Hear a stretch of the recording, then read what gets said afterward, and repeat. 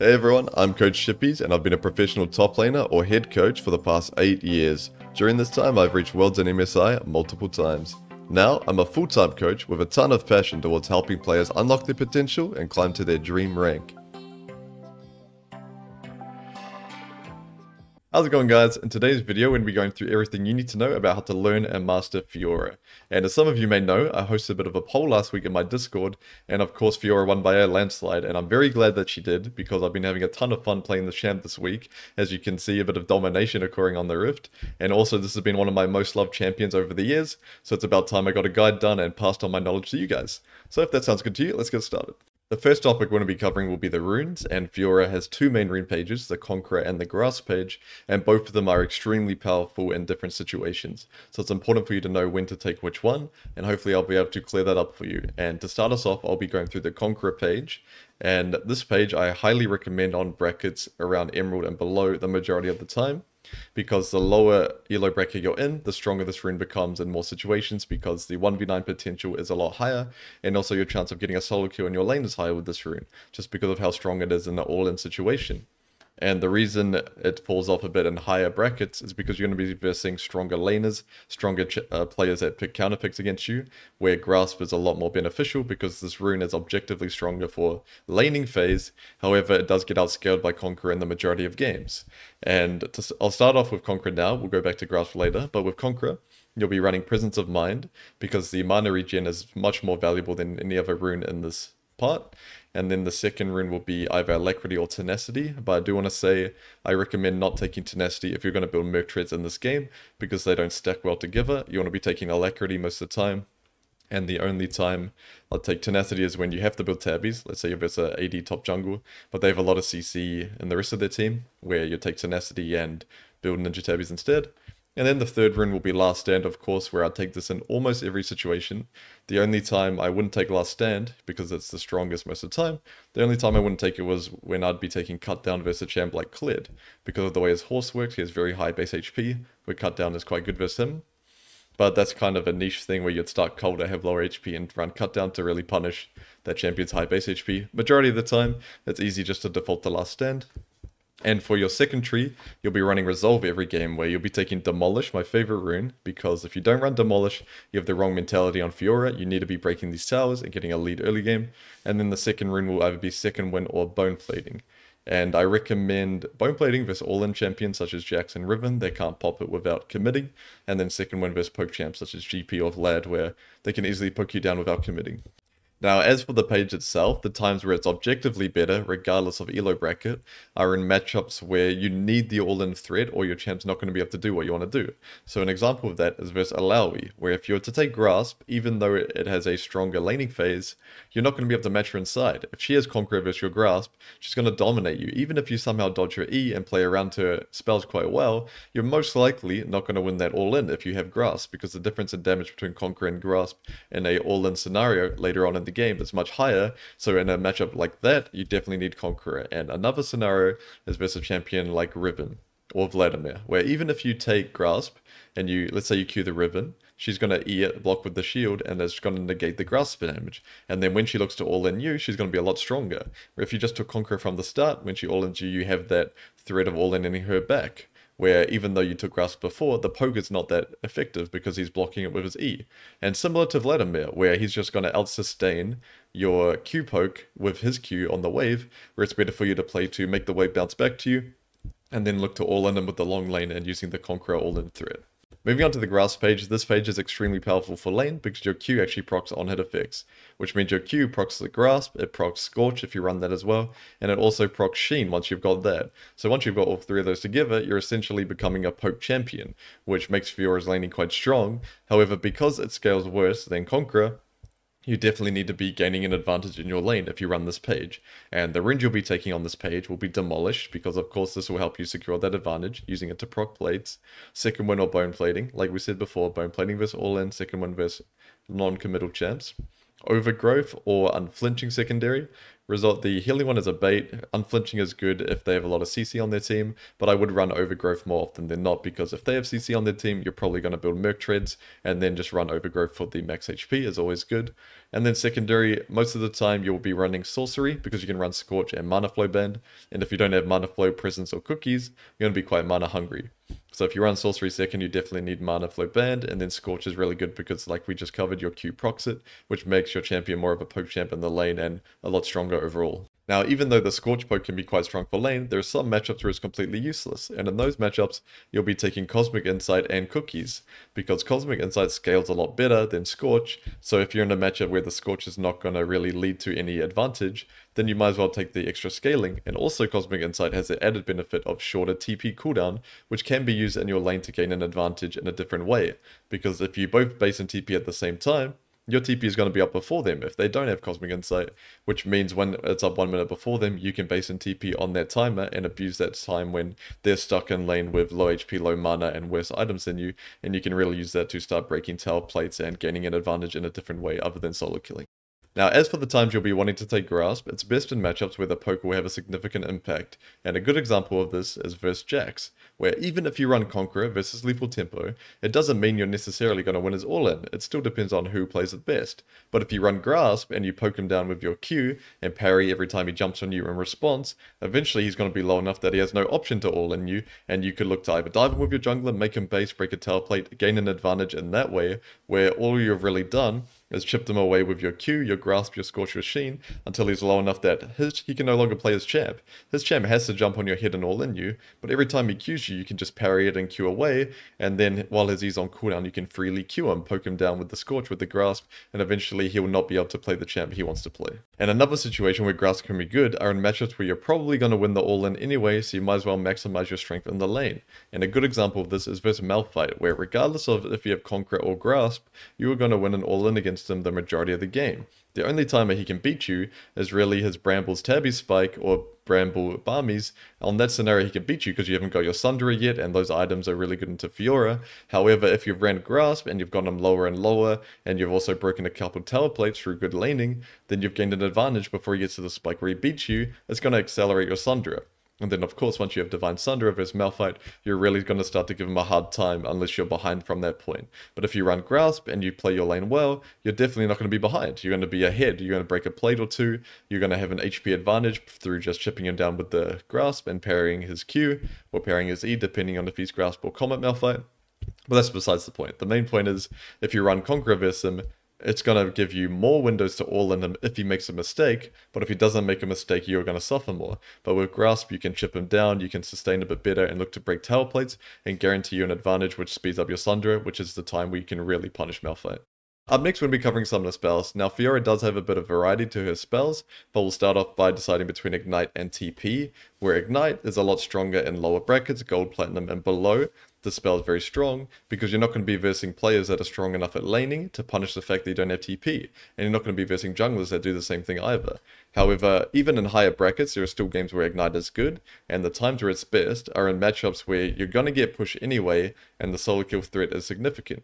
So what I mean by that is, let's say you verse a Cho'Gath. You're going to get pushed against him anyway because you're stronger than him level 1. However, if you take Ignite and you use that to kill him or use that to get an XP advantage, it's not going to mean a whole lot because he's just going to group with his team later on anyway as a full tank and try to force objectives, where having TP at that point in the game might be more useful. However, when you verse champions such as Vladimir or Akali, who are very, very strong champs later on, if they get their items, if they get ahead, taking Ignite could be very good because even though you don't have TP, you get pushed in those matchups, which means you decide when to base, and whenever you base, after crashing a wave, you can let the wave come back into you, and you come back to lane with your item advantage, and you can try to use your Ignite to land a solo kill there, or at least a very good trade, where if you can shut these champs down early before they get strong, it can be really good for you, because these two champs, even though you win early, Vlad and Akali, they both have spikes in the lane where they beat you. So if you can land a kill or an advantage before they get to that point by abusing the fact that you're a strong champ early with Ignite, then it's way more worth having Ignite over TP in that situation. And for Teleport, this spell is of course the best in most situations and the most consistent option, however you do want to be careful with it. Fiora is a very selfish champion. You do not want to be using this spell to try to get your team ahead early at the expense of setting yourself behind. behind. There are situations, of course, where TPing will be good to help your team, but you don't want that to be your main priority with this spell. You want to be using this spell as a laning rune. You want to be using it to get ahead in lane with TP, by using it to get HP advantage, item advantage, and keep them trapped in lane. If you verse a champ that doesn't have TP, or if their TP's on cooldown, you want to be using it selfishly to get yourself ahead. Of course, if you TP bot and get a free double kill and get back to lane, that's fine. I'm just saying for the most part, don't go into the game with, oh, I have TP, I can use it to help my team. That should not be your default. Your default should be, I want to use this spell as a laning spell to gain an advantage for myself. And as for your second spell, you're going to be running either Flash or Ghost, but of course it will be Flash in upwards of 90% of your games. The times you'll be running Ghost are in games where you're versus range champs that can easily cut you out, and a lot of their team comp is range as well. So a great example of this is if you verse Cassiopeia, where even if you run Flash and Flash onto her head, she can easily cut you out if she's positioned properly. But if you were to run Ghost, not only is it easy for you to stick onto her in an all-in situation, you can use that extra movement speed to dodge her Qs, and of course if you dodge a Cassio Q, it makes all of her subsequent E's a lot less damage, which means there's a higher chance you win the all-in. And another scenario would be versus Quinn, or versus Phase Rush Ghost Vlad. In those situations, Ghost is actually better than Flash, but I wouldn't tunnel on it.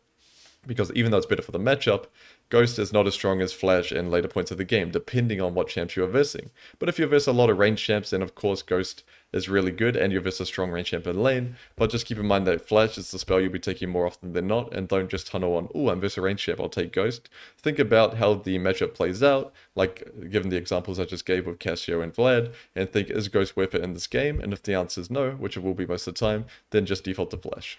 Up next, we're going to be covering item builds, and for the most part, Fiora's build is actually quite simple. However, there is a lot of variance around which mythic to choose, and we'll move on to that shortly, but for now, you'll be deciding between Doran's Blade or Doran's Shield for your starting item, and Doran's Blade will be better the majority of the time, because Fiora is so strong level 1, and having the extra damage, HP, and Omnivamp all very good, but mainly the extra AD is very good for your trading and all-in scenarios. However, in matchups that are quite punishing, such as Rumble, such as GP, where they have a lot of ranged spells that can poke you down, you will definitely need Doran's Shield in that situation. Moving on to Fiora's first item, she has 4 mythics to choose from, and I'll go through each of them one by one. Where Triforce, this is the best item in terms of pure split pushing, as it does the most damage to towers by far, and the most damage in an all-in situation.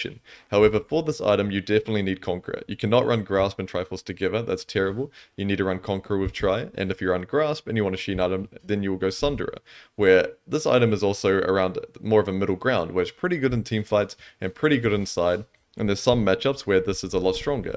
Let's say, for example, you're versus Scion, and you have Triforce, and you take a slightly bad trade due to him having Bramble versus Sunfire, and now you're stuck in lane half HP, and he can actually beat you. But if you have Sunderer, there's no real time, unless you're far behind, where he can beat you, because you're just going to out-heal his damage by proccing Sunderer against him constantly. And it also has the side benefit of running it with Grasp, where the way you team fight is you're just kiting in and out, proccing the Grasp with the Sunderer together, and being a bit of a nuisance, instead of just Triforce and looking to all-in someone from the start. Now, the other 2 items have a huge benefit, Stridebreaker and Gore Drinker, as they have an active, basically AoE effect, and that AoE effect can actually proc Fiora's Vitals. So I see a lot of very, very good Fioras look to run this just because it's more flashy and it feels easier to proc your ulti with. However, there are a lot of scenarios where they're just outweighed by the pure stats that the other 2 items give you. But if you're feeling very, very confident on your Fiora comboing and proccing in the vitals down, then you can look to run these. And the best time to run Gore Drinker are in heavy melee comps, of course, where the more melees they have, the better, as the AoE healing will be benefited more from the more melees you verse. And also, they have the side benefit of being able to build Iron Spike Whip early game, which is very good for wave clear, because of course Fiora's wave clear is terrible. So being able to sort of mitigate that with an Iron Spike early, and then the completed item, means you don't really have to wait till you get Tiamat before you can push pretty fast. And then with Stridebreaker, you'll be building this versus range champions. So the scenario I gave earlier, where you're versus Cassiopeia and you run Ghost, Stridebreaker will be good in that scenario too. It'll be pretty good versus Teemo, as he can blind you from Sheen procs and you can slow him down. Basically, just range champions that are very hard to stick on Stridebreaker can be good, and it also procs Vitals as well, so it's very good for getting your ulti down on a range champion that's trying to cut you out. However, if you are just starting out with learning Fiora, I strongly recommend to build either Triforce or Sunderer, as the other 2 items are a bit harder to execute, as you need to be using them well to proc Vitals and have cleaner combos. But if you do want to experiment with them, then just make sure you're running Conqueror with the Gore Drinker, and with Stridebreaker you can have either Grasp or Conqueror, it doesn't matter as much, but with Gore Drinker, it's imperative that you run Conqueror alongside it, similar to Triforce. Moving on to the second item, and as you can see, there's just so much variety, and you're going to be building Ravenous Hydra every single game. And the reason for this is you can't really play Fiora without this item, because without this item, you're going to take so long to clear waves, you're going to use all your mana clearing the waves, you're never going to be able to eat camps, and if you ever get chunked or low in the side lane, you're never going to be able to sustain your way back in and keep on this pressure. So without this item, your champ is very, very weak, and I recommend building it every single game, because if you don't have it, you really can't impact the side lane, which is the reason you're picking Fiora in the first place. And then as for boots, you have three choices. Of course, Tabby's is good versus AD champs, Merc Treads versus crowd control or heavy magic damage comps. And I really like cooldown boots when you don't need the Merc Treads per se, and you base on a timer where you have enough money for the cooldown boots, but not enough money for one of the other two. As for your third item, of course on this patch Spear of Shojin is extremely broken and you'll be building it most of the time. However, next patch it is getting nerfed, so I'm going to talk as if it's already been nerfed so that the future build is more replicable for you. And for Hullbreaker, you'll be building it in games where they're going to really struggle with either killing your super creep, or in games where there's just 0% chance you're going to win team fights, so you want to camp in the side lane the whole time. And matchups where they're going to really struggle with the super creep are versus basically any tank, where with Hullbreaker you can look to break the tower in front of them, or any AP champion such as Vladimir or Mordekaiser, where it's going to take them a very long time to kill the empowered super cannon creep. And for Death Dance, this is best in games where you have heavy AD comps and you want to be looking to team fight. Very, very strong, and more is the same, but the magic resist variant versus high AP comps where you want to be looking to get stuck in those team fights because you don't feel like you're going to be able to have significant damage in the side lane at that point in the game. And then Spear of Shojin, the nerf Shojin, is just the best all-rounder. It's still pretty strong even after the nerfs that I've read, unless it gets nerfed any further. But for the most part, this item's the best all-rounder where you're pretty strong in side lane from the enhanced CDR you're going to get from this item, and you still get enough stats where you can teamfight quite comfortably. Rounding out with the fourth and fifth items, the majority of the time you will be building the items we discussed earlier. However, there are situations where new items are stronger, and the time where you build Randuins are in situations where they have multiple crit champions on their team. So let's say they have a Yasuo mid or a Tristana mid and a normal AD carry that builds crit, then Randuins can be very good. And then for Spirit Visage, I'll only really build this when you have healing enchanters on your team. So let's say 2 items in the gift, 3 items in the game, you have a Ravenous Hydra, you have Vital Healing, your Yumi's always sitting on you, or you have a Soraka. Spirit Visage can actually be quite good, as long as they have strong magic damage champs on their team as well.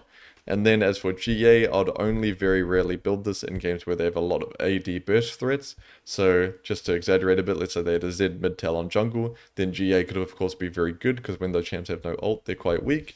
And then with Gargoyles, it'd be a similar situation except AP champions.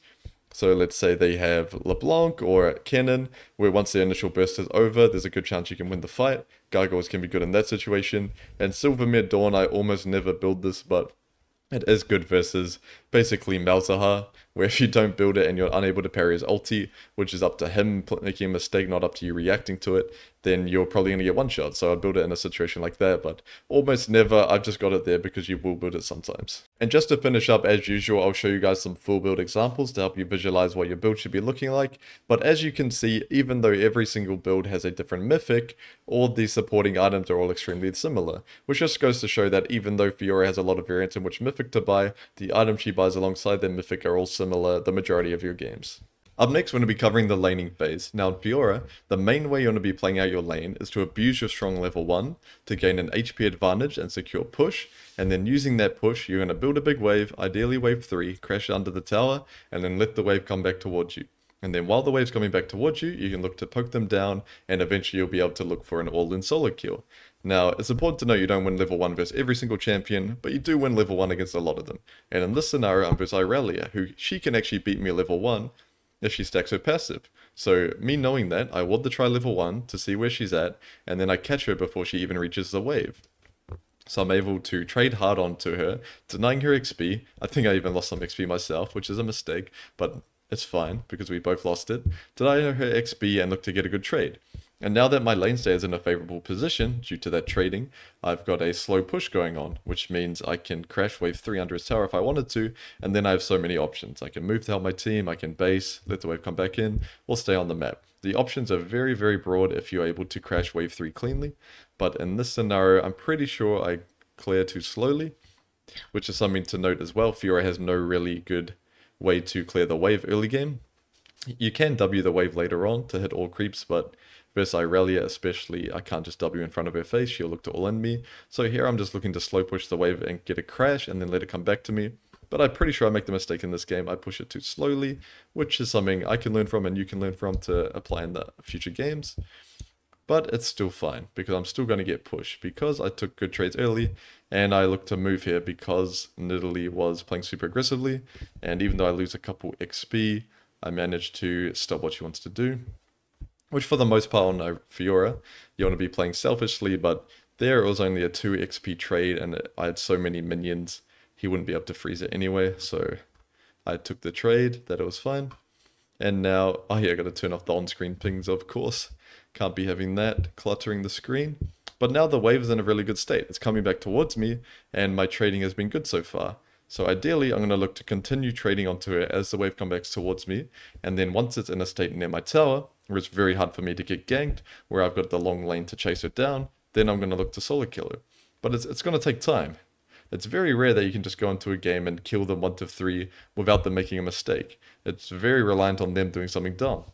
But something that's replicable in all of your games is if you're very good at your level 1 and very good at controlling the wave, then you can put it in a position where it's easy to punish your opponent. So here, even though I fogged to that jungle situation, I wasn't going to move no matter what, because 1, it was losing, they'd Pantheon, now Shaco was 1 HP.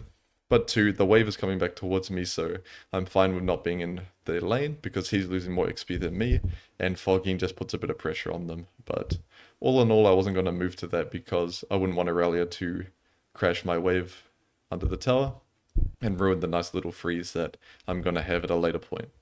So for now, I'm just looking to trade onto him as much as I can without ruining the wave, without making all the minions chase me and stop hitting mine and then lose the ability to freeze in the future. I just want to trade onto him without ruining the integrity of the wave.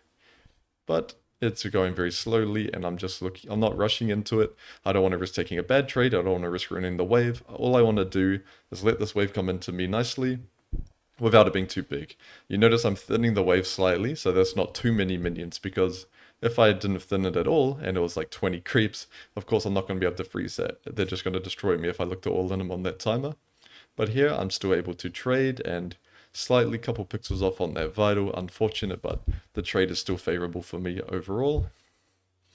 And eventually the wave is going to be in a position where I can look to kill him. Because I've taken good trades, I'm higher HP than him, the wave's coming back towards me, and I see the jungler on the map. And even if I didn't see him, it is a Nidalee and my wave is so close to my tower, I wouldn't be that scared of him. Worst case, I'd lose flash. But the main point is my wave is now in a very good position where he's very, very far away from his turret. So if I look to all in him, even if he flashes away, I can look to kill him. And that's exactly what I do here. I all in him, I parry his stun, and then look to kill him. But even if he was slightly better at the game and he flashed my parry to survive, look at all the minions he's losing. He would lose so much XP and gold, even if I didn't get the kill. The kill is the back end of this play. The kill is the enemy not respecting the current reality of where you've put the wave, and he let me kill him. However, even if I didn't get that kill, he would have to respect, because I can kill him at that point, as you just saw, or even if he flashed the parry when I look to kill him, he would lose so much XP and gold. I have gained such an advantage without even doing anything. My jungler died, I even fogged to help him and it was not favorable, but all I really did was abuse my strong level 1, crash the big wave on the tower, and then took very smart trades as the wave was coming back towards me, without getting low myself, without ruining the wave state, and eventually when the wave was in a position where I have enough space to kill him, I took that opportunity. Up next, I want to show an example of something slightly different, where I gained an advantage more so for the team than from my 1v1, based purely from how I play the lane. So here, I pull the wave slightly to make it push towards me and hit the same creep, and then I'm looking to go on the Jax level 1 and pop my Scorch, hopefully get a grass proc down, and then just really start to chunk him down, because I'm Doran Shield versus Doran's Blade, so any even trade is very, very good, because I have a lot more regen than him, and also I have a lot more kill threat on him, because he's a squishy range champ, and if he tries all on me, I always have parry later on. So for the most part, if we're similar HP, but I have enhanced regen over him, it is good. And I'm just looking to pop vitals, pop my grass, pop my scorch when it's up, and just chip away at him. I'm not looking to kill him in a hurry, I'm just looking to chip down his HP. And now I am able to secure push because my trading has been so good, and I'm just looking to slow push it and crash wave 3. However, the main trap of top lane that I wish they would fix, of course, is that the jungler can come before you crash wave 3. And this game I'm versus Lee Sin, and I'm pretty sure, not pretty sure, these guys are duo queue. I checked after the game. The enemy top jungle is duo. So I know there's a high chance Lee Sin clears up to me, because if you're duoing with your buddy and he's having a cry in Discord, you're probably going to gank for him. So I'm just looking to trade as much as I can before Lee can get here. And that's important because I want to be high HP, of course, but if Jace is so low HP that when Lee Sin gets here, Lee Sin is here to basically bail him out and save him, not here to kill me, it's very, very favorable, because any time of Lee Sin I can waste, where, as we talked about earlier, in another video, where Lee Sin, of course an early pressure jungler, has to get stuff done early, and Hecarim just has to farm smoothly. So if I can allow Hecarim to farm as much as he can while wasting Lee Sin's time, that is a win for my team. Even though, in an ideal world, I would have the pressure jungler and would be farming this 1 HP Jace under tower. Not every game is going to be like that. In fact, it's going to be pretty often that you have a jungler not playing the way you want to. And as long as you're able to adapt to what's happening on the screen, you're going to do very well. So here the Lee Sin pressures me. I respect a timer where I'd be looking to pressure Jace. But I don't want to play like a complete pussy just because he's here. I don't want to be backing out, letting the wave come back towards me, because I'm so strong. I'm looking to poke him down more and more and force Lee Sin to come. If you do not come, I'm going to kill your buddy, I'm going to kill your top laner, and I'm probably going to carry the game, because I'm playing Fiora, a very strong champ, so you have to come. And that's what he does. He comes, and I'm ready for it. I'm ready. In my mind, I'm like, Lee Sin's going to gank me, I'm going to dodge this Q, which is what I do. Even though it was mechanically played well, if you have that clear plan in your mind before it happens, it's way easier to do. You don't need to rely on mechanics for everything if you have a plan in mind. And as I was trading on that Jace, I knew this Lee Sin would come, and I'd look to dodge his Q. And I'm pretty sure I question marked, I don't know what was going on, because he's just staying here for a full minute. And in the moment, I was a bit like, what's going on? But watching this game back, I realized this is so good for our team. Hecarim is farming this whole time, and I'm basically versing 2 top laners, which means my mid gets to play the game for free, my bot gets to play, they can never get ganked, because Lee Sin is just laning against me. I'm basically versus duo bot, except for the fact that there's no jungler in the game anymore. I'm wasting so much time, and even though I'm giving some CS here, I know that any time I can waste from this Lee Sin is a huge benefit for my team. This whole time my Hecarim is farming, and in League of Legends, there's a trade-off. So because I had sacrificed my ability to kill my lane opponent, basically, when I had such good trades, in return, Hecarim should be able to do something. And in this game, he got such a big farm lead from me wasting all the Lee Sin's time that there's a very high chance he pays it off, because he's going to get level 6 first, which means there's a high chance he can run to a lane and kill them with his ulti. Now, of course, it is League, your jungler might make mistakes, and they might not be able to use the lead you're giving them, but more often than not, if you waste the enemy jungler's time, it'll be a huge benefit for your team overall. Up next, we're going to be covering ability tips and comboing. And we'll start off with tips, and we'll go with the easiest tip of all, where as you're going back to lane or moving around the map, you want to be using your Q, because of course it's a gap closer, it's faster than walking, and it doesn't cost a ton of mana. And the way to optimize this is queuing through towers and queuing through walls, where it'll actually extend the range slightly to make sure your character model is actually getting through that bit of terrain. The next tip is extremely important, where Fiora's vitals actually have 2 sections where they can go. So it's easier to show this than to explain it, but what I mean by it is it'll either go top right or bottom left. And it'll alternate between a top right one or a bottom left one, and then you have a 50-50 chance of being on each section. So of course it's easier to show than to explain. So here it'll either go up, right, down, or left, right? So here it goes to the left, which means the next vital cannot be down here. It's either going to be right or up. So I'll show you, I'll fog out, I'll drop ward, and then look, it'll be top or right. And now if I reset this again, it's either going to be left or bottom. It can't be top or right, because they are linked. They're linked together. So here, down, and the next one's going to be up or right.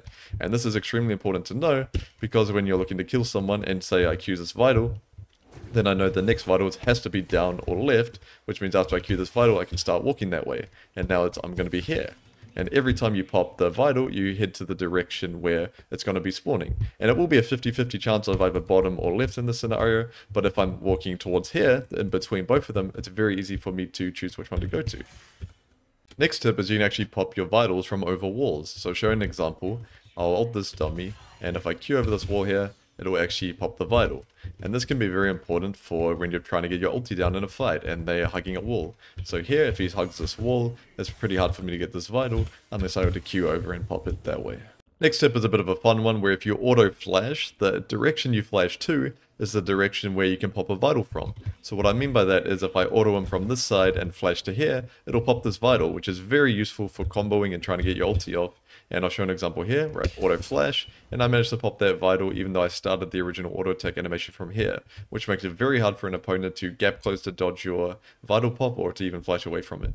Another tip you need to know is Fiora's E is actually an auto attack reset, so you never want to be running at them with your E basically already started. You want to be leading with auto E, or even if you don't lead with auto E, you want to be leading with Q auto E, so you're maximizing getting that extra auto win and really increasing your DPS. For the next tip, you're going to find in a ton of games, when you ulti someone, they're going to hug the wall that they're standing closest to and not allow you to proc all four sides of your ulti. But the way to counteract this is to focus primarily on the vital that is closest to the wall that they're standing there. So to show an example, if I were to ulti this guy, I'd want to start it by proccing this vital before I look to break the rest of the procs, because even if I break that vital and he hugs the wall, it's very easy for me to get my ulti down. Which is really important, not just for the damage and the healing, but you want to be breaking your ulti as fast as possible so that your passive vitals start spawning again. Because the whole time he's hugging this wall with this vital protected, there are no new vitals spawning, which means your DPS is so much lower. However, if they do make it to a wall, that doesn't mean it's impossible to get the final proc down. It just means it's very, very difficult, and you sort of have to phase through and more or less glitch it to get that final proc down, just like that. The next piece of advice in regards to ulting is you want to be standing in a corner of them, because corner has easy access to two vitals, where if you just fully commit to one of the sides, you only really have access to that one side, and you have to use your Q to get a second vital, where if you're to start in a corner, you can auto E, and then you proc two vitals with basically just movement and autos, and you can hold your Q for procking one of the later vitals, depending on what way they move.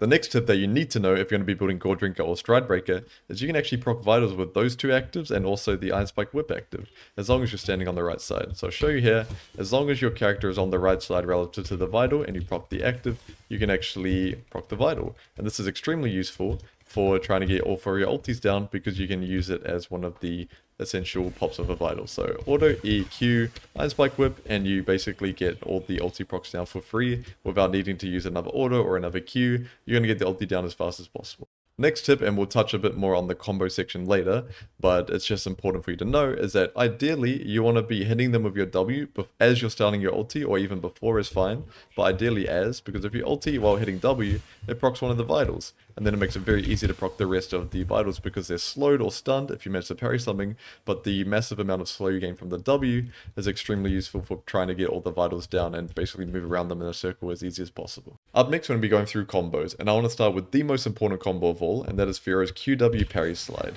And this is her most important combo by far because it has so many uses. You can use it to redirect your parry, hit the slow, hit the stun. You can use it to chase people down. You can even use it just to trade in lane, where you just QW onto them and then walk away, and their attack speed and movement speed is so slow that they can't really retrade onto you, so it's essentially a free trade.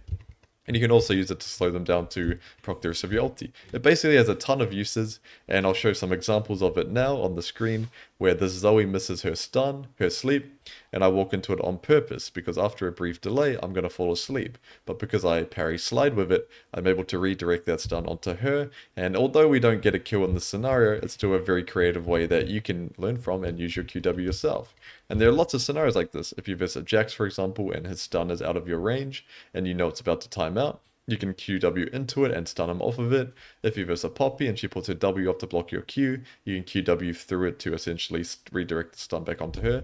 There are a ton of uses for this, way more than just using it for good trading in lane, for chasing people down. You can use it very creatively. You can use it to block Nautilus hooks. Whatever you want to do with it, the possibilities are almost endless. It's just extremely important. That's why I want to put a ton of emphasis on it, and I don't want to see people playing Fiora without being able to know this basic combo. The next combo is essentially a short trading combo in lane, where you're going to proc your first E on a minion, because the second E is the critical strike. It does a lot more damage, and then you'll just essentially Q E to the enemy champ. So I'll proc my first E on this minion, and then Q auto, which is a non-committal trade that does quite a bit of damage, and then if he retrades onto you, you can always W him. So it's essentially a significant burst of damage with not much commit, and it can be very useful for if they're sitting under tower low HP, and you want to look to burst them with flash QE for a significant chunk of damage. And the combo you're going to want to be doing for breaking towers as fast as possible is auto EQE. So it'll look a little something like this, auto EQE, And then the reason you want to be queuing after your E auto is because of course the E is an auto attack reset on the first auto, and then you can actually sort of cancel the second auto attack with your Q. So to slow it down, auto, E, Q, E, and if you do the Q fast enough after the second E, you can actually look to cancel that animation and still get the damage down. Time for the fun part, the fast Fiora combo. So essentially there, to try to slow it down for you guys, you need to have an active item, first of all, which in my opinion is a big reason why a lot of the Korean and Chinese Fiora 1 tricks, they build Gore or Stride every game. Not because these items are necessarily the best on Fiora, but it's because it gives her a lot more skill expression and they can really showcase their ability on the champion.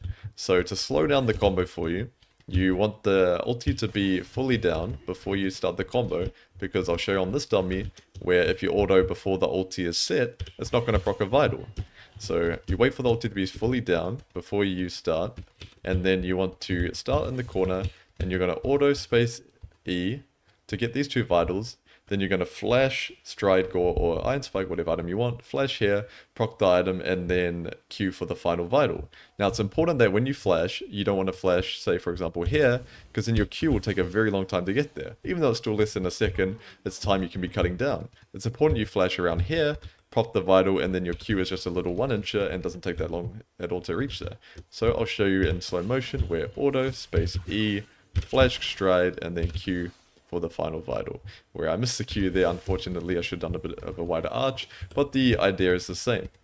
Where you want to be starting it off in the corner, auto E, flash, stride, Q, and you can get all 4 vitals down extremely quickly, and there's not much time for them to react. Especially if you just parried a stun before you start that combo, you'll instantly proc all your vitals and essentially be making a highlight reel. And for the other fast combo that doesn't require an active item, you ideally want to be starting with your W. So I'll show you an example here.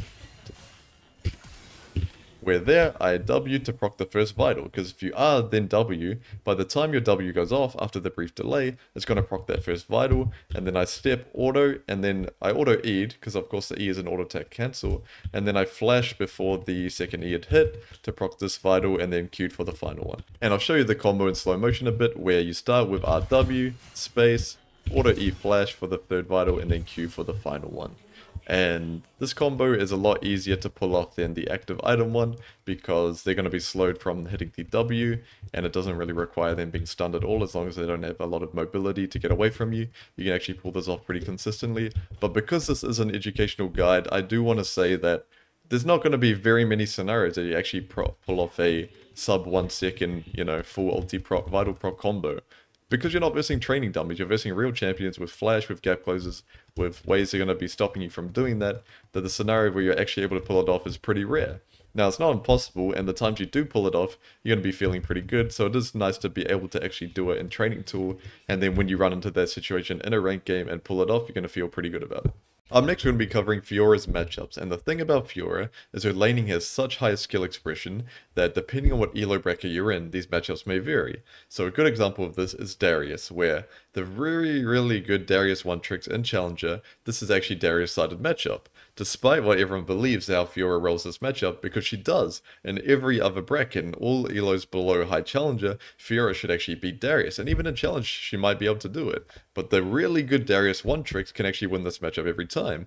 And the reason for that is the way Darius wins this matchup takes quite a lot of skill, where only the really good Darius 1 tricks are able to pull it off, and if they make a mistake and Fiora gets even 1 kill, of course she's able to just jump on Darius whenever she wants and farm him for kills, and I've even got a kind of example of this later on in the video.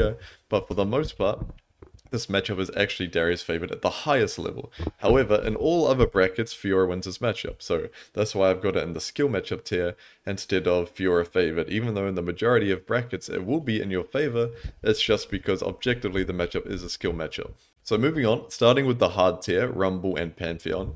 Now these champs will most likely take Ignite against you, and they're going to be very hard for you to deal with. Now Rumble, if he comes back to lane with Ninja Tabby, Ignite level 5, he's really going to start putting on the pressure. And the way you want to be playing these matchups is basically surviving and playing for gank setup, because you're not going to be able to beat them 1v1 unless they make huge mistakes, because they just have too much base damage and early strength, where your champion is not that strong super early compared to them. Even if you take Ignite, it doesn't matter. So I recommend taking TP in these matchups and playing to stay high HP and try to get your Mythic unscathed.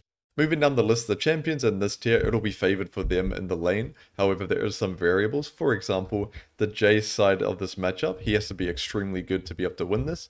And in most brackets, let's say Diamond and below, it's actually Fiora favored as long as you take Grasp and Scorch and you get a couple Qs down onto him. In no time, he'll be too low to really be able to play the lane. But the very, very good Jaces will be able to space out your Q, putting on the full cooldown, and they'll punish you for getting CS, and eventually they'll be able to punish you.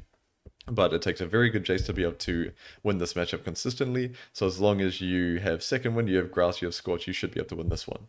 And for Quinn, it's the same thing, where the main point about this matchup that you need to know is being able to QW onto him. And the bad Quins, they're going to EU in response, where if you're able to parry his E and get the stun down, it's completely game over. But even if you don't, you're going to get the attack speed slow down. So even if he E's you afterwards, he's probably only going to be able to get around one auto attack down. And if you have Doran's Shield and Grasp, you're probably going to be able to survive this lane quite easily.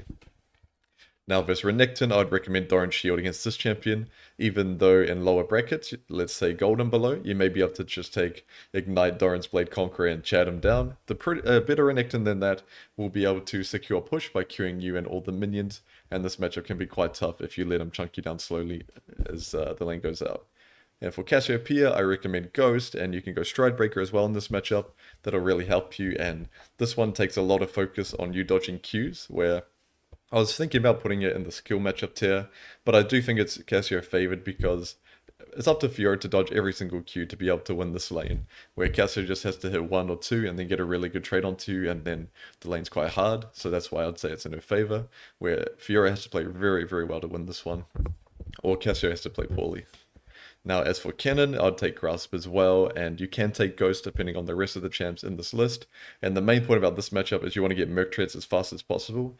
If you can hold on to your Doran Shield and get Merc Treads before first base, so you don't have to buy tier 1 boots, null magic, or a longsword null magic, something ugly like that. If you can get your full Merc Treads on your first base, then you can start to win this matchup, especially now that they've made it, it's a lot easier to parry his stun, because if he chucks the auto at you, the Empowered W, and it's going to stun you, or a Q, you can parry slide onto him and hit a stun, and then if you have Merc Treads to counteract his ulti that he'll drop on you after, you can kill him pretty handily. Now, as for Poppy, the main point about this matchup is the parry slide as well, because if he pops his W up while you're chasing him and you parry slide through it, you can actually riposte the interrupt of your Q and stun him in the lane. And then you can look to get all your ulti vitals down, and you might need to flash his ulti afterwards. But for the most part, if you're able to stun him off his W early game, you should be able to either get a really good trade or a kill. Now for Volibear, this is what I like to call a non-interactive lane, where he's just going to push forever with his passive, and if you go onto him, he's going to QE ignite you, and it's going to be very tough. However, if you can get to your mythic without being behind, then you'll start to win the side lane, and his champion is just useless compared to yours. Now for Set, this matchup, I haven't played it in a while, but I do still think it's Set favored because he can build Bork, he can take Ignite, and then he just does so much damage and beat you down. However, Fiora can win this one for sure, especially if he builds Gore Drinker or Heartsteel or some tanky first item. If he doesn't go Bork, Triforce, or some Super Chad build, then you can beat him pretty handily. However, you need to be careful of his Ignite and Burst, and if you're able to parry his W, you can win. However, the good sets, which is why I think it's Set favored, he can EW, and then you don't have any window to parry between the E stun and his W damage, and then he's just going to beat you down with Bork and Ignite. Moving on to the skill matchup tier. Now, the reason these champions are here is because, in my opinion, whichever player plays their lane out the best will win these matchups. That's why I have them here. However, I do think Fiora can win all of them pretty handily, unless you're versing an insane high level 1 trick on their champ. It's not going to be much of a problem, any of the champs in this tier.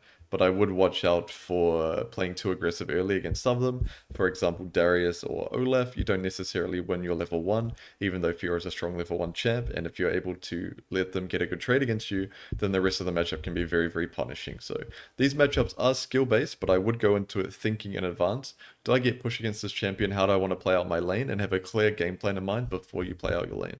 Moving on to the Fiora favored matchups. Now, these matchups are in your favor because you have control in the lane more often than your opponent does. But that doesn't mean that you just straight up win these matchups 100-0 at all stages of the lane. There are spikes and timers where these champions can actually beat you if you're unaware of that. And a good example is versus Aatrox, where if you don't do any damage to him at all by the time he gets level 5, and he's full HP, 3 points Q with Ignite, then he can start to really trade onto you and make your lane a bit hard. Where if you were to have Abuse Effect that you're stronger than a 1 to 3 and net some sort of advantage, whether that be CS, gold, or even HP, then your lane state will be okay. But if he's full HP, even CS by the time he hits level 5, then you're in trouble. And another example is versus Kayle, which is similar, except for when she hits level 6 and she becomes a range champ, if she can get Berserker Greaves before basing, she can really start to dominate you in this lane.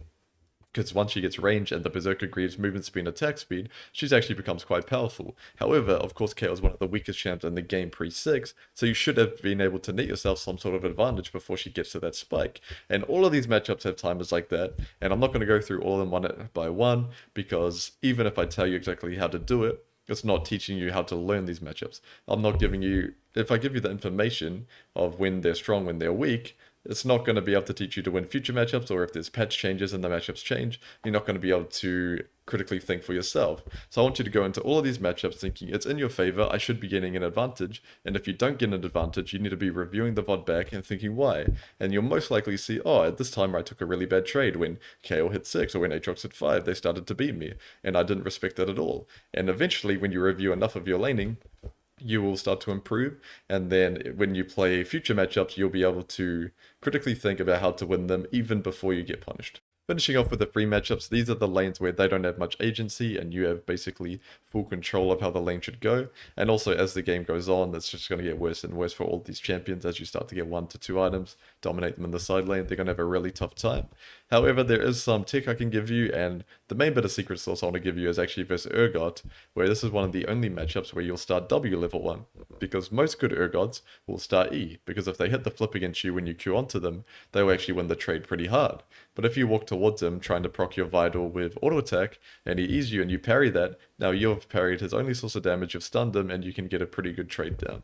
And that's a bit of cool tech that I've seen a good Fiora do, and I stole myself, and it works every time. And then for all the other matchups, of course, you just want to be trying to manipulate your minions to a state where you can look to punish them and not let them farm for free.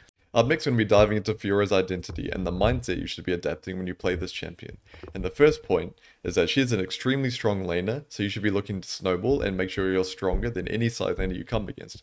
Because your champion in teamfights offers basically nothing until you're extremely fed or you have an item advantage. For the most part, you have no CC, you have short range, you're not going to provide much for your team. So the way you provide value for the game is by being strongest in the side lane and making sure you get pushed at all times, where if you're versus a useful champ in teamfights, let's say you're versus Malphite or Ornn, if you can keep that champion stuck under his tier 2 choking, and every time he TPs or leaves his lane, you break another tower, it's going to be really hard for him to be useful in team fights, and the times he does, it's actually going to be more valuable for your team overall. Because even though you're a selfish champ, you're still part of the team. If your Malphite leaves and gets a kill, but you break a tier 2 tower, get an item advantage, and come back and you're even stronger, that is still a net win for your team. The only time it's bad is when the champion you're versing gets something on the other side of the map or gets something done to your team, and you're getting nothing in response. And that can happen when you lose lane or you're weaker in side lane, which means you might be getting pushed in, having to catch your farm, and now they're going to roam and basically blow up your team, and there's nothing you can get in response, which is why it's very important that when you pick this champion, you're not going into your lane thinking, oh, it's okay if I just farm and play even if this Malphite's even with me, it's fine, I'll split push. That's not going to be the case. You need to be ahead so that you're able to do a lot of damage to the enemy team structures and camps if your lane opponent tries to do something. But however, that's not going to happen every single time. Of course, there are some matchups where you're not going to get push. Let's say you're versus an Ignite Rumble and the game's pretty even. You probably won't get push against him until maybe 2 items, depending on the game state and the other champs. But for the most part, you're not guaranteed push in certain matchups. This is just a general rule in a lot of matchups where you should be trying to win the side lane and get stuff done. And if your lane opponent tries to get stuff done, you will punish him for it by breaking structures. Moving down to the second point, secure Herald to open up the map. Now, on this bullet point, Herald is the least important part.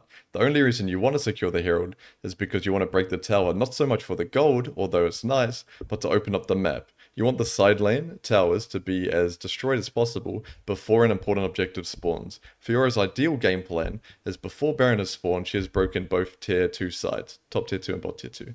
And the reason for that is not just because it gives an insane amount of gold, which is of course a huge bonus, but because now the map is so open, you can get a lot if they choose to do an important objective. So to give an example, if bot tier 1 is up by 20 minutes, and you're split pushing bot, even if you're 5-0, 10-0, it doesn't matter, they don't want to have to deal with your split pushing. They can just start Baron in your bot and you probably have to TP, or if you're Ignite Fiora, they're just going to start Baron and they're basically going to give you bot tier 1 in response in return for Baron. And even best case scenario, where they take a long time to secure the Baron, you might even get bot tier 2, they're still going to be fine with that because they don't have to interact with the super fed Fiora split pushing, and they can close out the game with the Baron if they use it well enough, or at the very least they can break some inhibs, and if your team makes a mistake they'll win the game. However, if you've opened up the map before it gets to that point, before Baron is spawned and you've broken bot tier 2, and you've got a wave on their tier 3 as 20 minutes is creeping up, now they're going to really struggle, because if your team is trying to play for Baron now, and they send 2 or 3 people to gank you and stop you from split pushing, then your team can just start the Baron and take it themselves. Or if they want to start the Baron because they feel pressured from you, and they don't want to answer you and give Baron, then you can look to break inhibs, and then if your jungler steals Baron, you're going to end the game because you're in their base, and if they send one guy to answer you, from that point in the game, 20 minutes when you've broken both tier 2 towers, you should be strong enough to either break the tower in front of him or even look to dive him, especially if you have Hullbreaker at that point, which is pretty rare at 20 minutes, but it's just an example where you should be strong enough at that point to gain something. And then even if someone's answering you, it's a 4v4 at Baron, right? Even if you're versing this Ornn in lane or this Malphite, that's their hard engage tool that they're not having in their comp. Well, no matter what you're versing, it's essentially a 4v4, but the onus is on you because you should be strong enough at that point to either break the tower in front of him, dive him, or get something in response for this Baron situation which is happening. But if you haven't opened the map before you got to that point, then they can easily get Baron for a tier 1, or even if it's the reverse where you're splitting top and you're breaking the top tier 1, they get Dragon Soul. It's not what you want to be. You want the map to be as open as possible before a major objective is spawned. Now, me telling you to break all the towers is easier said than done, but there are a couple of concepts you can implement that will help you with this. And the first one being is that mid-game, you want to keep your lane opponent stuck under tower. Now, of course, there'll be variables. If you're weaker, you're not going to be able to do that if they can just kill you. But for the most part, you should be stronger than your lane opponent inside lane. And when it comes to mid-game, you should be able to push the wave under his tower and keep him trapped.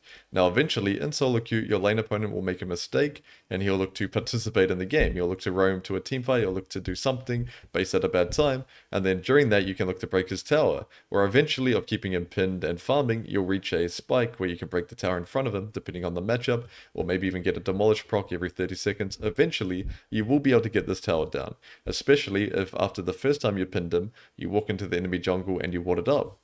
Because now, when he's pinging for ganks and having a cry, and someone comes to help him, you'll see that coming, you'll be pulling people to you, and then your teammates will have a lot more agency to play the game. So even though your champion is quite useless in terms of helping out your team early, you help them in other ways by pulling pressure, by pulling champions to you, and making your team able to 4v3, 4v2, whatever it is. They're going to have a lot more freedom to play.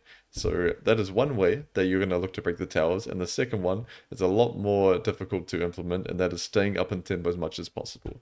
Now, what I mean by tempo is that you are out on the map ahead of your opponent, which means that you've based before him and bought your item, and he's based after you, basically. So that means you're pushing the minions before he has even got back to his lane.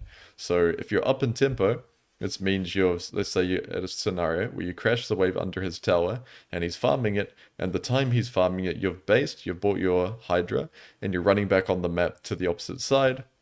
Now he has to catch that wave, he has to catch the next one that's coming, then he's going to base and he's going to buy his item and walk, and if he makes a mistake, if he does Krugs or something as well and takes longer, you're going to have a lot of extra time, so that by the time he gets back to the map, you've already got the next wave under the next tower. You've already pushed the next top wave if you want, or the next bot wave. Basically, you've set up a scenario on the map that he needs to answer, which means that even if he's playing Malphite or Ornn or whatever he wants to be playing, and he wants to help his team out, if you're up in tempo on him the whole game, there's not going to be any scenario for him to do it. But let me give you the reverse situation where you're down in tempo, and you're pushing a wave, and then he catches under tower, and then you start doing Krugs, and let's say you eat the enemy Raptors as well. Now, that's quite good, getting that 200 gold from the two camps, but he's based before you, he's running out on the map, you used all your mana on the camps, now you're basing after him, he's going to push top wave as far as he can, even if he resets it back to even. Now you have to run back on map and catch that wave while he's running straight to your team and looking to Malphite or Ornal and kill them. And now even if he gets the engage off and kills them, and they look to do an objective like Dragon, by the time he's based and got back to top, you're not even going to be hitting his tower. So he's essentially punished your team for free just because he is up in tempo, even though I promise you 99% of solo queue players will be doing it on accident. He would have just basted by his Sunfire Cape or something. You made the mistake of doing the extra cams and giving him the tempo. So I promise you, for the most part, if you're aware of this concept, almost no player you verse will be, and you can abuse it quite heavily, especially on Fiora. Up next, we're going to be covering the mid game, and you should have learned a great deal about how to play the mid game from the identity and mindset section of this guide. However, I'm still going to show some examples from recent solo queue games of mine. And in this one, I'm versus Wukong, I've won lane and broken the tower, and now my plan is to open up the map as much as possible before Baron spawns, because I don't want to be in a situation where they can look to trade Baron for a bot tier 1 or a bot tier 2. And in this situation, I do choose to deploy top out of base, because if I went bot when there's already people bot, Wukong would have broken the top tier 1 and pushed a lot of waves for free. And because I've won lane against them, I don't want to be giving him anything for no reason. And even opening up the map through top tier 2 is still useful. And also it's a huge influx of gold anyway. So I come back to top with the intention of I want to break this tower. If he contests my waves, I'll kill him. But killing him's not necessary. I just want to be getting this wave under tower and looking to break down this tower as fast as I can. And even if he was here trying to hold the tower, he didn't let us kill him, I would still look to chip away at this tower and eventually break it down using Demolish and Sunder procs. And now you notice as soon as I break this tower, I'm basing straight away. I'm not trying to eat walls, not trying to eat Gromp, not trying to waste any time. I want to be bot as fast as possible because I want to break this bot tier 2 before Baron spawns. So I'm deploying there right now. And even though Ari is there, I need to be bot because he's not going to break the tower. He's not going to do anything bot except farm the minions. So I want to be there. But because he was already there, he can have that wave. It's fine. But him taking the next one is basically illegal. But he does it anyway because he wants his item. Now it is solo queue. People are going to make huge mistakes. So it's fine. I'm just trying to get him out of there because he needs to be answering top. I want to be breaking this tower and he's wasting a lot of time. Where he could easily just sell his Dorans and buy his item, but I don't really care. He could sell all his items for, like, yeah, I just want to be in this lane. I want to be breaking this tower because that is my identity. I need this map open before Baron is spawned. So I'm coming here with the intention to break the tower, and if they make a mistake, I'll punish them. And here, the Tillian makes a mistake, I parry his flick, and I'm able to take him out. Now, even if he didn't let me kill him here, I'd be looking to break this tower regardless. I'd be looking to chip it down with the cannon wave, be looking to proc Demolish and Sundera, and I'd be looking to basically break in front of him slowly. And then eventually, he's been picked to to farm waves under tower, right? He's going to try to participate in the game, whether it be from pinging the jungler to gank me or roaming to help his team. Something is going to happen eventually, and on that time I can capitalize, where if the jungler ganks me, I can look to outplay it, or just waste their time while my team can get something. Or if he looks to help his team, I can break the tower and start to pressure tier 3. I will get something eventually. This scenario is not the best because he let me kill him. It's just the thought process of me breaking top tier 1 and my next plan, alright, break top tier 2, break bot tier 1, break bot tier 2, just breaking all of these towers methodically, one at a time, so that at the time Baron spawned, these lanes are long enough for me to use them. For my next example, I wanted to show a bit of a different one where I actually got behind this game due to just some unfortunate situations around the top jungle. Basically, I'm behind and the Darius just broke my tower, which means now he's most likely going to base to spend that money, which means he's probably going to look to come onto the map and make something happen because he won his lane, he's strong, he really wants to make something happen, which very many players do, so I need to basically push this wave as fast as possible. If I was to look to freeze here and try to maximize my CS and XP or a bunch of useless stuff like that, then he's going to be able to get whatever play he wants off for essentially free. But if I can make the wave go all the way to his tier 1, and now he's met with a choice where give a lot of XP and waves and give me the tower, and essentially give me a way back into the game to impact my team, or he can look to come and answer me, catch the wave under tower, and then my team can now fight Dragon 4v4 uncontested. So even though I'm behind in this game on a champion that's quite useless in team play, I can still help my team in a different way. Where now that Darius is not showing top, I'm spam pinging my team to back off. Well, just one ping. I don't want them to fight, but I want them to basically tease them, basically waste their time and make Darius take as long time as possible to react to me. So now I've gotten a large influx of gold from pushing these waves in, pushing this tower in, and now I can stay up in tempo, which is important because from this point, even if Darius dies, even if he lives, it doesn't matter. Pretty sure he lives here. I've got tempo over him. I'm going to base first. I'm going to come back on the map before him and push out this bot wave, and he's going to have to answer me again, where if he tries to make a team play instead of answering me, I'm going to break his towers, and if he does answer me, my team can play the game for free. Even though I am a weak Fiora behind in this game, if I can stay up in tempo, I can really look to have an impact in this game. And then eventually, if you keep playing in this way, without letting yourself get further and further behind and being useless, you'll get to the point where you actually win the side, because there's very, very few champs in League of Legends that can beat Fiora late game in the side lane, as you've probably seen from your solo queue games. So in this scenario, Darius is still stronger than me, even though I got the top tier 1, but he's not going to be stronger than me for long. If I keep playing well and trading gold and pulling him away from my team, I'll eventually reach a point where I can beat him.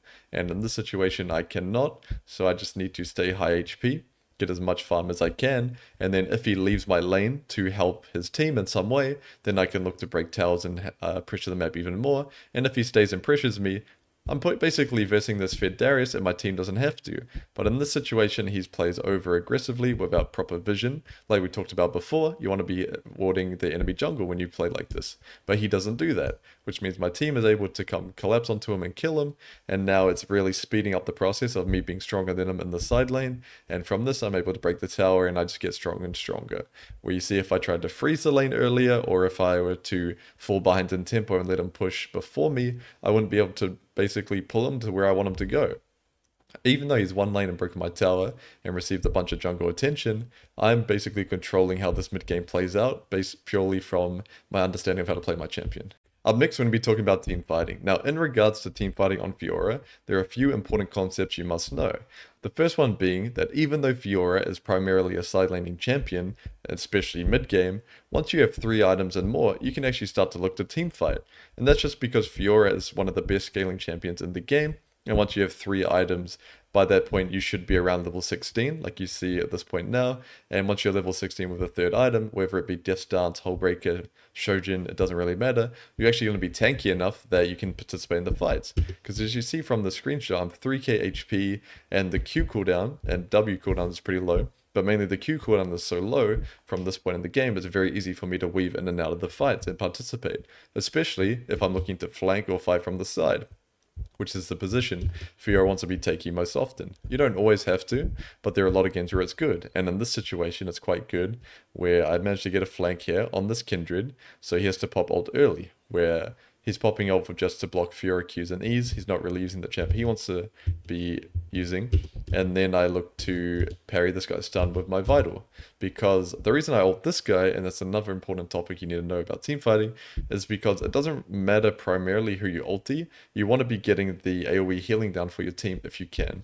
So even though he's not the main target, he's playing Nautilus, he's still quite tanky, and your ulti is mainly a tank busting tool.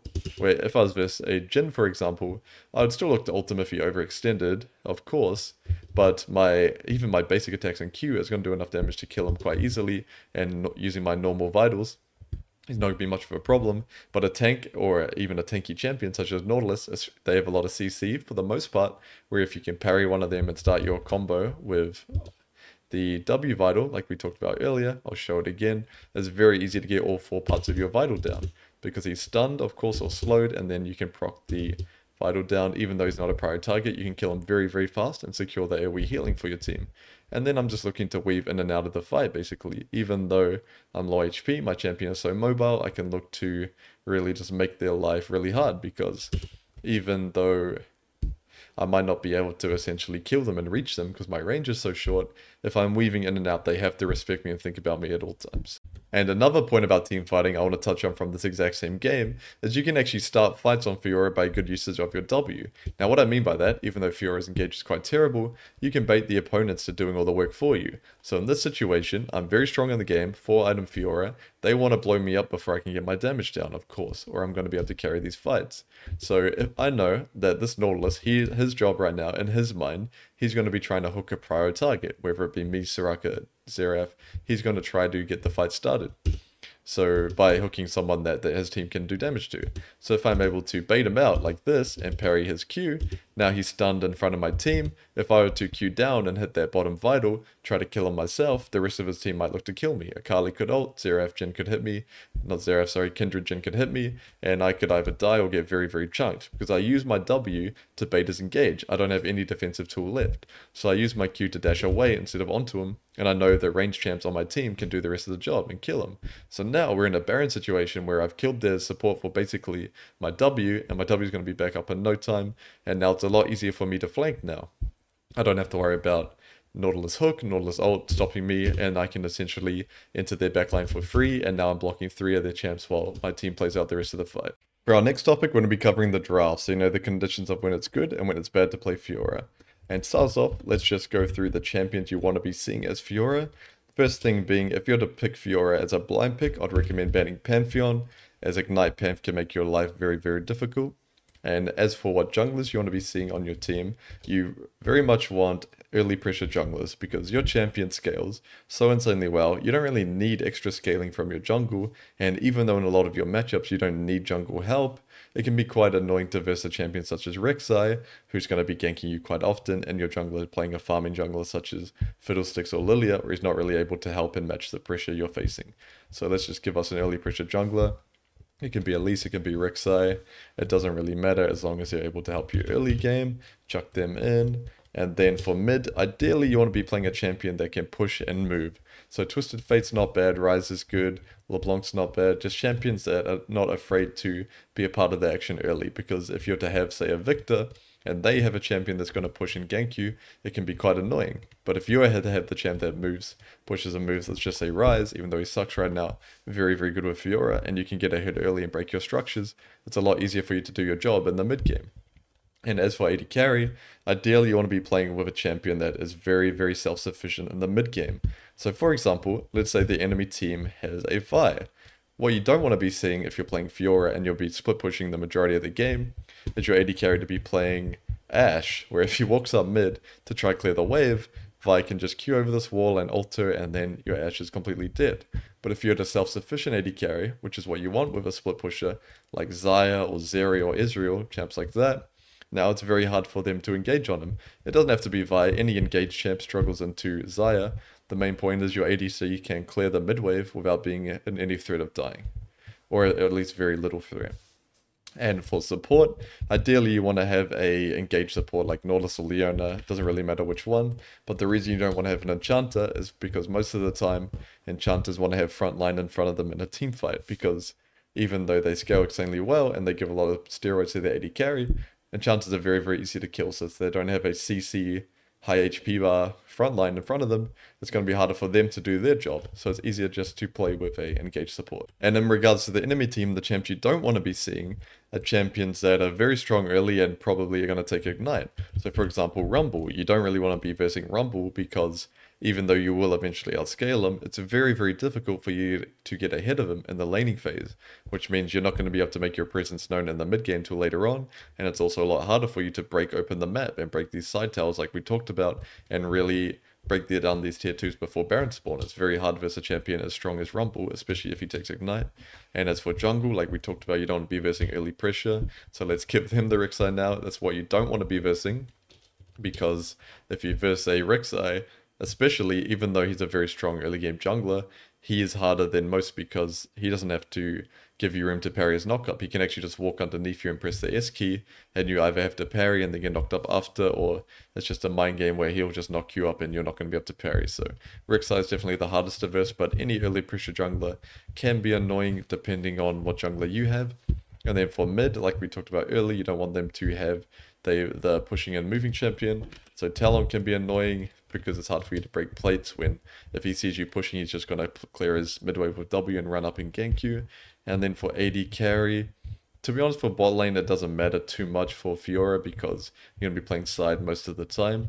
But I have found it's quite annoying to verse a champion such as Kai'Sa, where if the top lane you're versing has crowd control, let's just say, I don't know, let's say you're versing Aatrox or something, and he hits a Q onto you, Kai'Sa can actually just path down from mid and ult onto you, and that can be quite annoying. But for the most part, bot lane doesn't really matter for Fiora because you'll be playing side lane most of the game. But Kai'Sa can be annoying, or even a combination such as Cog Lulu or Jinx Lulu can be quite annoying because, of course, then you're almost never able to team fight and you have to win the game through side.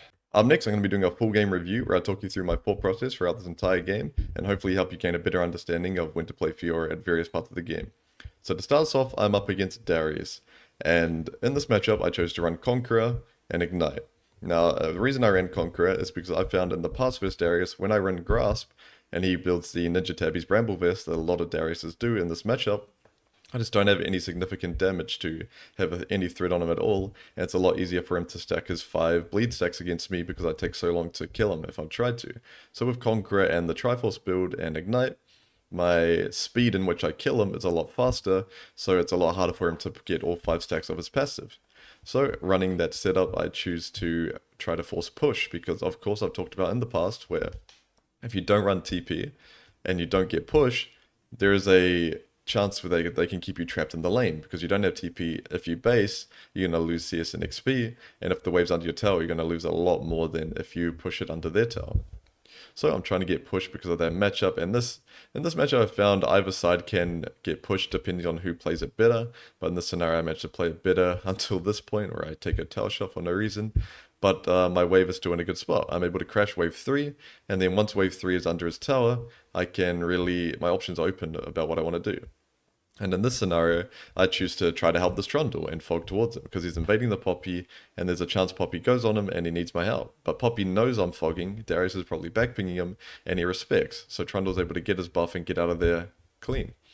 However, in another scenario where I was low HP, lower mana, I would take the base anyway, regardless of what my Trundle's doing, because I don't want to be stuck in this lane, as I have no way of getting back to it. I have no TP if his wave is under my tower.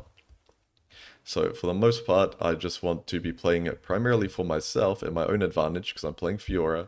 But in that situation, it was fine for me to lean and help this Trundle out, because I'm so fine resource-wise. My HP and mana is fine, and I've got a pot. That's okay.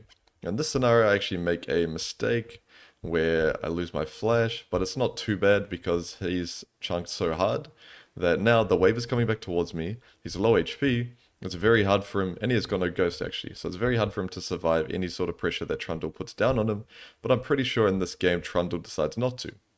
Which is of course reality. He tries to play for double scuttle, well he does play for double scuttle instead, which he's a jungler, I can get it, junglers love their crab, but in another scenario this Darius would be really out of the game, because I built a big wave, crashed under his tower, and it was coming back towards me, and now that he's chunked, it's very easy for us to kill him. I could just parry slide onto him at any point with my jungler and he will die, or he'll have to give a lot of XP if he's respecting.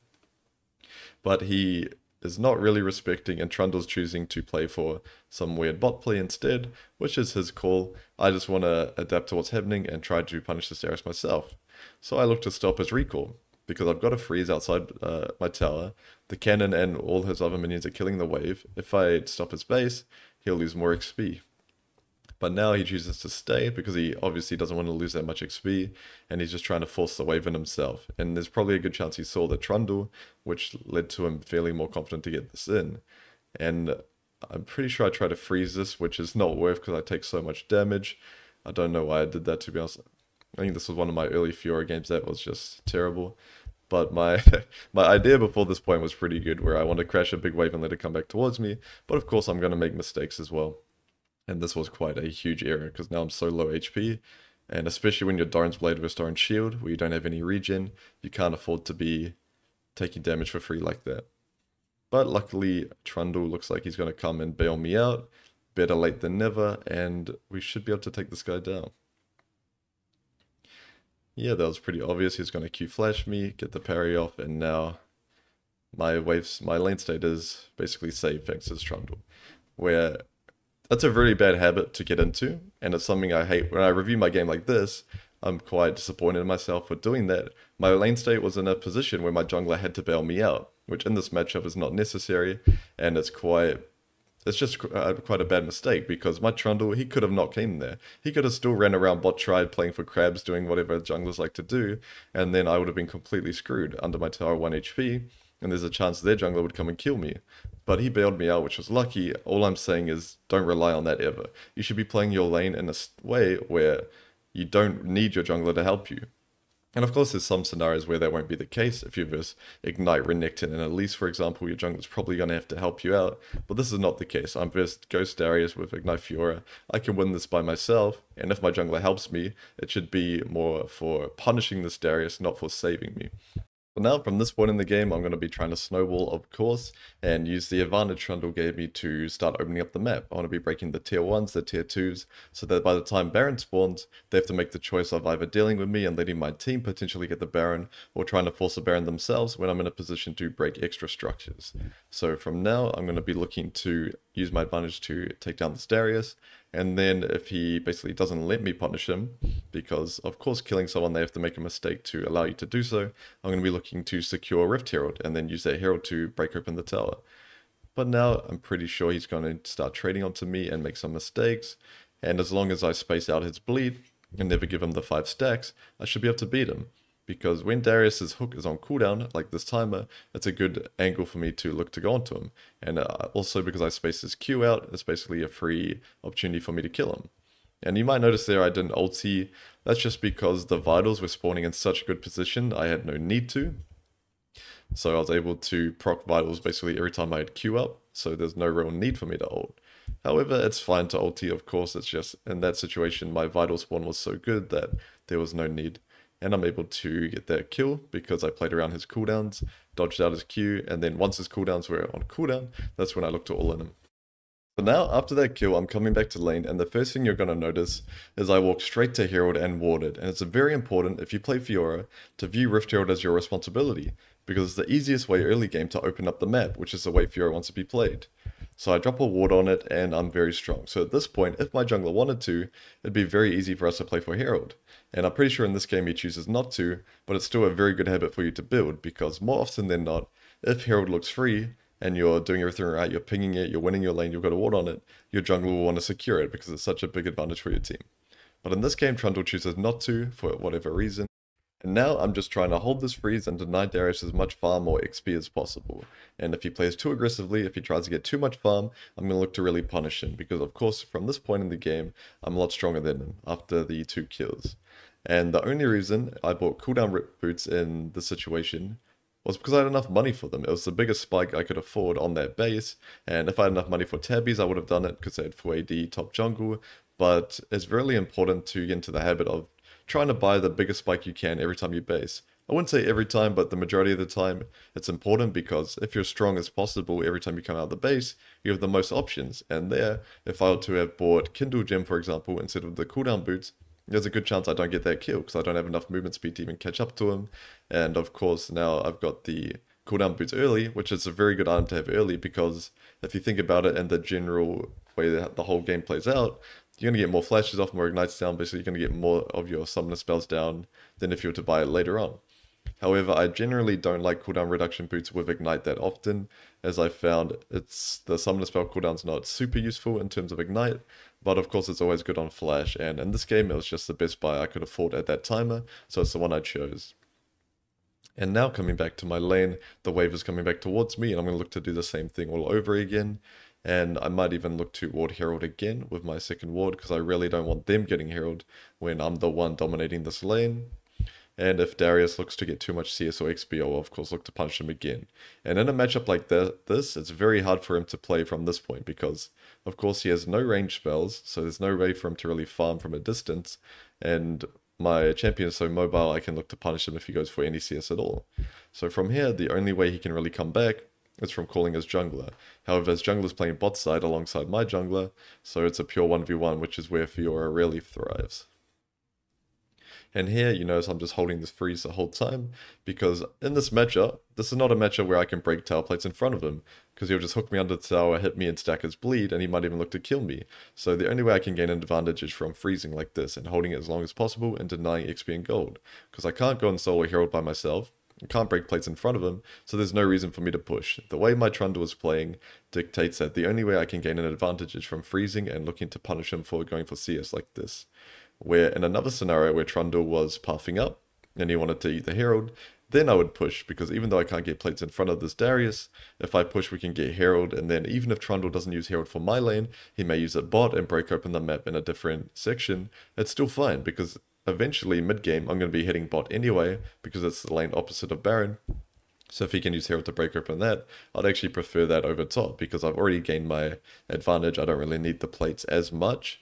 But if you use it top, of course, it's still good. Extra gold never hurt anyone. All I'm saying is that the reason I'm freezing permanently from this point in the game is not because I do it every single time. 8 minutes onwards, sometimes freezing can be very bad, because the enemy could just look to leave the lane and start Herald with his jungler. I just do it in this game because both junglers are playing such heavy bot side focus that the only way I can gain an advantage is from freezing and punishing him like I did in this game. So now from this point in the game, my mindset is tower plates are going to be falling soon, so I want to be looking to break them before they do. And the way I'll be breaking them is either from killing this Darius if he plays aggressively, or if he plays passively, I'll be trying to call Trundle up to drop Herald onto it. But I'm pretty sure in this situation, I'll speed it up a bit, the walk back to lane, this Darius disrespects and tries to get a play. And of course from this point I've got my Triforce Spike, so I'm so incredibly strong I can just chase him down very easily, and I'm able to basically kill him. And now that he's dead, I can break all the tower plates before the platings fall, so that even if Trundle didn't Herald here, I'd still be able to get them in time. But now that I see his Herald, this presents me with an opportunity to keep the Herald going and break the tier 2 as well, or at the very least get a charge onto it. So that's my mindset as well, and because Darius is dead, it's very hard for me to die from this point. Even if their jungler comes, he's not really going to do much to me. He's a poppy jungle. And if I can break this tower and open up the map before Baron spawns, it's going to be very good for the way I want to be playing the mid game. Because of course my checklist on Fiora is before Baron spawns, I want to be breaking the top 2 towers and the bot 2 towers, which is ideal. But if you can pull that off, it's going to be very, very easy for you to play the mid game, because now the lane is so long that they have to be catching it under their tier 3, which gives them not very much room to breathe at all. And then if they leave, you're literally inside their base. So if they abandon their post, if they abandon the bot tier 3, you'll be breaking inhibs at that point, and that's when Fiora becomes truly very difficult to deal with. And now from this point in the game, a huge mistake I see a lot of top laners make is they win their lane, they break the tower, and they run straight bot out of base and try to force something. However, the reality is in this game that even though the Jhin is 6-0 and I would love to shut him down, he's Gale Force Ninja Tabby Jhin, he's got a Pike support, and they've been winning lane this whole game. There's a good chance they've deep warded my jungle. So they're just going to see me running through the jungle, and I'm not playing Malphite, I'm not playing Camille. My engage is so bad, basically, that I'm not going to be able to essentially kill them unless they make a massive mistake. And then if I were to run bot and nothing happens, this Darius will make me lose 2 or 3 waves, cannon wave, and break my tower. And even though Trundle gave me a kill early, and I'd shut down this Darius quite hard by solo killing him many times, if I were to give him the top tier 1 of 3 waves, he'd crash away under top tier 2, he's playing the game, he's participating, he's doing stuff that he shouldn't be able to do because he's so weak, purely because I chose to run bot out of base and hope I can kill this Jhin, which it's not going to happen. So now that I've gotten my wave under his tier 3, well, that means when he comes out of base he has to answer that or he's going to lose a lot of farm. Now I can look to impact the game in a different way. And I choose to participate in this dragon fight because on my way to bot is just basically happening is right in front of me. Even though Fiora ideally doesn't want to be team fighting from this point, it's still fine. As you see, I'm not that strong. Even though I don't play it very well, I can't really just kill this Jhin just yet.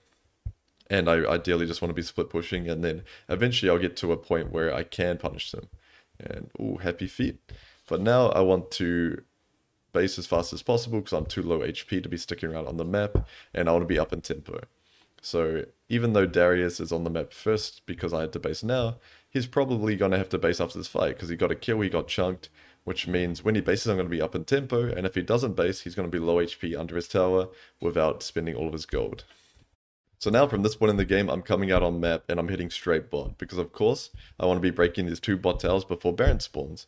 And I take blue buff on the way because blue is actually very good on Fiora, because even though you're not super mana hungry, if you have blue buff you can burn all of your spells on the wave and the tower and look to break the tower very quickly. So I take blue buff, and at this point in the game I'm the strongest, and of course Akshan mid doesn't need blue. And I'm hitting straight bot, and my plan will be to break the tier 1, push the wave under the tier 2, and then look to control their jungle with vision. However, it is unfortunate in this game I had exactly enough gold for my Hydra and not enough money for a pink, so it's going to be hard for me to look to control this jungle, but I can use my blue trinket, and I'm strong enough at this point where as long as I can see people on the map, so in this game I can see Pike and Jhin mid and Darius top, then it's very hard for them to punish me.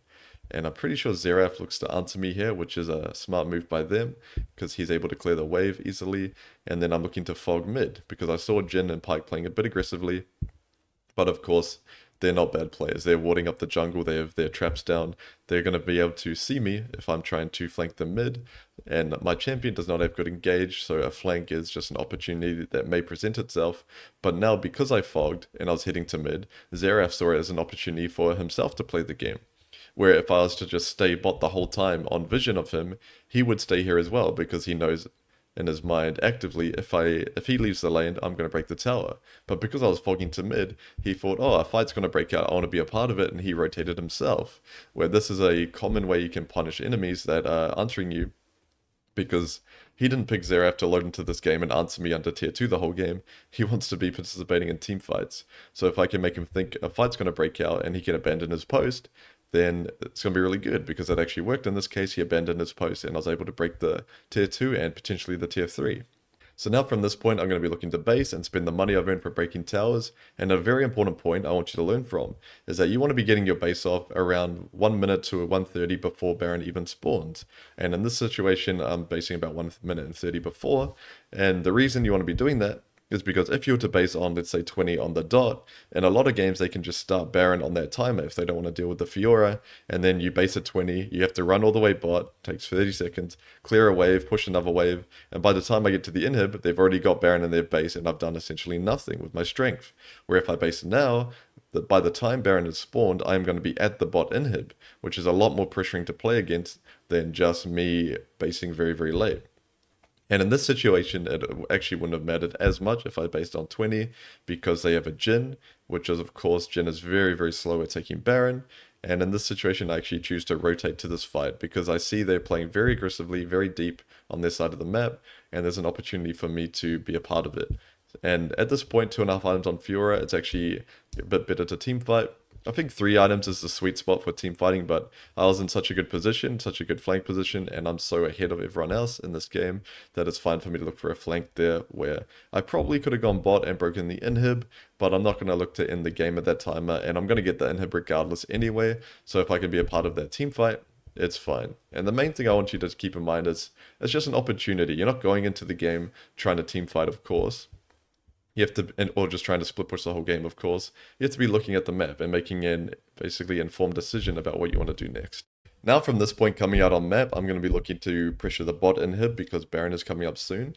However, it's important to note in this specific game, I notice a angle where we can fight Dragon, because my team's posturing towards it, and the enemy's posturing towards it too. As you see the Pyke, he's not warding the Baron, he's coming to the Dragon, which means they want to be contesting it. So I use the opportunity to get into a flank position, and we're actually able to win the fight.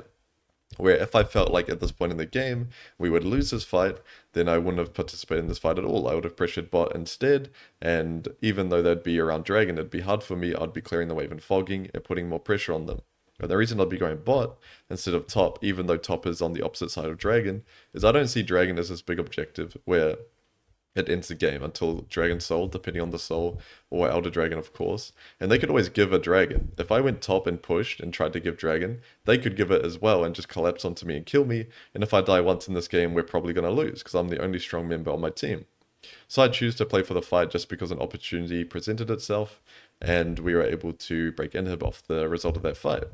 So now from this point in the game, the pressure I can have inside is actually even higher, because even though I can no longer pressure the inhib, because we've broken it, I can throw in the Nexus instead, which is, of course, breaking the Nexus is pretty good in terms of winning the game. So they're going to feel very, very pressured to answer me if I'm threatening their base. They're going to send 2 or 3 or 4 people to answer me, and then my team can easily get Baron for free. So that would be my mind thought process in a normal game, and I choose not to base here because I have a lot of sustain, and also I only had enough gold for a cooldown hammer, which is not the biggest buy, and then I notice that Xerath makes a huge mistake and walks into their jungle. So I'm able to punish this, but the way I'd be playing out this situation if he didn't do that is I'd be looking to pressure the Nexus and allow my team to get a free Baron. And then all I'd be wanting to do is waste their time. Hopefully I could kill them on my way out, but essentially as long as I don't die, the pressure I can have on this game is very, very high. And don't die is pretty bad advice. I'd say play to your limits. You don't want to be playing too safe or too aggressively, but if you die, it alleviates a lot of pressure they have. And if you're just alive in their base threatening the back door and essentially saying with your movement that, hey, if you guys go to the Baron and stop my team, I'm going to end the game, then of course they're going to send a lot of people to answer with you. However, in this game, they give us an opportunity to collapse onto them and kill them, and it's a lot easier for us to end the game. I'm pretty sure we don't even need to get Baron. I'm just saying, if they didn't make the mistake, that's the way I'd be playing it out. And you really just need to be adapting to what's happening on the screen. You're not going to be able to split the game every game. You're not going to be able to team fight every game. There's just going to be opportunities that open up, and you need to be willing to take them. And you'll learn from experience, of course, but hopefully this video has given you a idea of a starting point, per se, of the mindset you should be having. And especially, you may have noticed I didn't really look to team fight early, except there was one little team fight that didn't go well for me, even though I didn't die, when I had Tiamat and Triforce. The later on the game goes, the more likely you are to be able to team fight Fiora, because she's one of the best scaling champs in the game, and later on you're going to have a lot of tanky stats. As you see here, I have about 3k HP, and I'm very, very strong, but even if I only had 2 items at this point, then I'd still have the same amount of damage, or similar amount of damage, but I'd be very, very squishy, so it's easy for them to one-shot me. But the main thing I want you to take away is just that your mind set should be mid-game. You want to be breaking all 4 of the side towers before Baron spawns, and then making them choose around collapse onto your bot and give the Baron, or try to take the Baron, and then it's a flip. If your jungler steals it, game's over. If your jungler doesn't steal it, you can look to break the inhib. It's just a lot of pressure onto them, and a lot of people make mistakes and crumble under that pressure. Up next, we're going to be talking about how to counter Fiora. Now, even though counter is quite a general term, there's still a lot of advice and optimizations I can be giving you guys that will help you when you run up against this champion in solo queue. And the first one being is to hold your key spells and baiting her W. So I see a lot of people make this mistake, even though it may be obvious to you, it may not be. But let's say, for example, you're playing Renekton and you dash onto Fiora, she's most likely going to be trying to parry your W. Where if you hold your W and auto attack her and then she W's early, you can now use your second E to dodge the attack speed debuff. And then after that, you can look to hit your parry stun onto her and get a very, very good trade. Your non-parry stun onto her, sorry, and get a very, very good trade.